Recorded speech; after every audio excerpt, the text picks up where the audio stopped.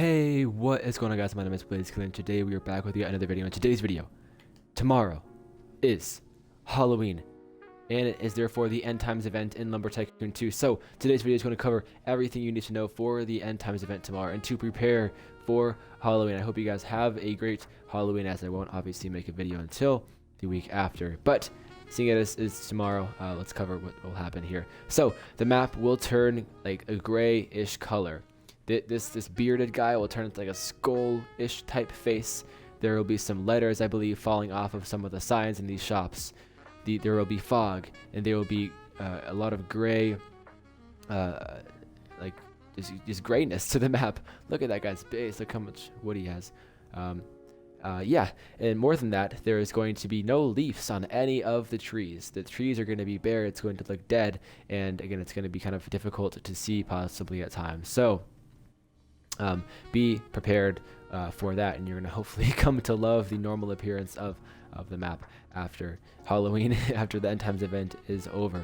The reason I'm going over here is to talk about the End Times axe. Also on Halloween, during the End Times event, End Times Day, October 31st, really, a lot of things are going to happen. Again, some of the things that I just mentioned are going to happen.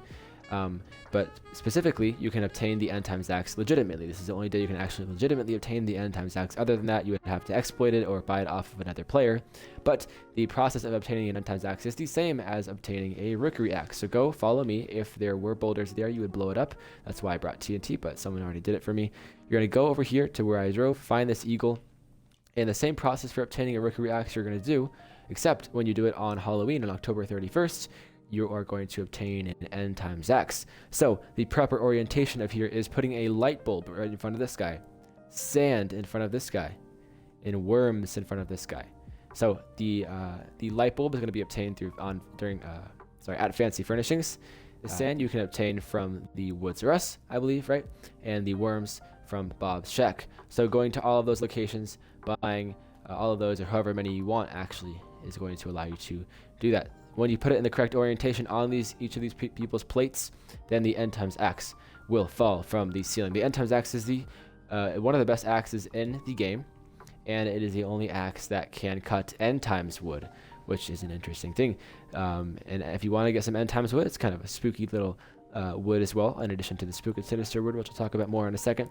You can go find someone who has some eyes, or if you have an eye, go down there as well, if you so choose. It's not really necessary, but it is the only axe, the End Times axe, that can cut the phantom wood, the End Times wood, whatever you want to call it.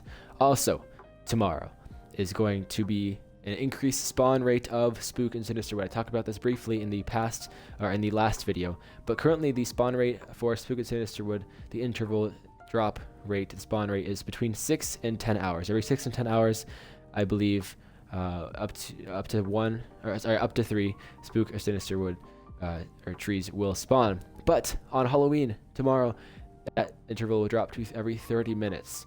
So there is a great potential that you potentially might find one. You might find one. So I suggest highly that you go on Lumber Tycoon, just to not only see the cool features, not only to see how cool it looks and how weird and spooky it looks to obtain the End Times axe, but also to search for spook and sinister trees, because the spawn rate goes up drastically during this season. A couple other things to note: stock up on the new items in this game. Stock up on your bags of candy, as those will go out of stock. Those will disappear from the shop on November 1st, I believe. Sometimes they last for a couple of days after, but I still recommend just to be safe, to stock up on those. Also stock up on the pumpkins, these new pumpkins right here. Stock up on these as well, and put them in your shop so you can sell them to other players at a higher price once this event ends, because the price will raise, and you don't want to be one of those people who has to be like, oh, I forgot to stock up on them, therefore I have to go buy off of other players, and they're going to charge an outrageous price for them possibly. So make sure you do all of those things. Other than that, go watch my previous video on places to find spook and sinister wood, and just more locations about that if you are curious about that. Go watch the previous video to that, talking about the bags of candy as well as the pumpkins, if you're curious about that as well. But without further ado, stock up on these things. Go hop on tomorrow, and I hope you guys have a fantastic Halloween. Stay safe if you're going trick-or-treating. Stay safe in Lumber Tycoon 2 from I don't know, from some spookiness. But other than that, I hope you guys have a great week. Like, comment, subscribe, and I will see you guys in the next video. Peace out.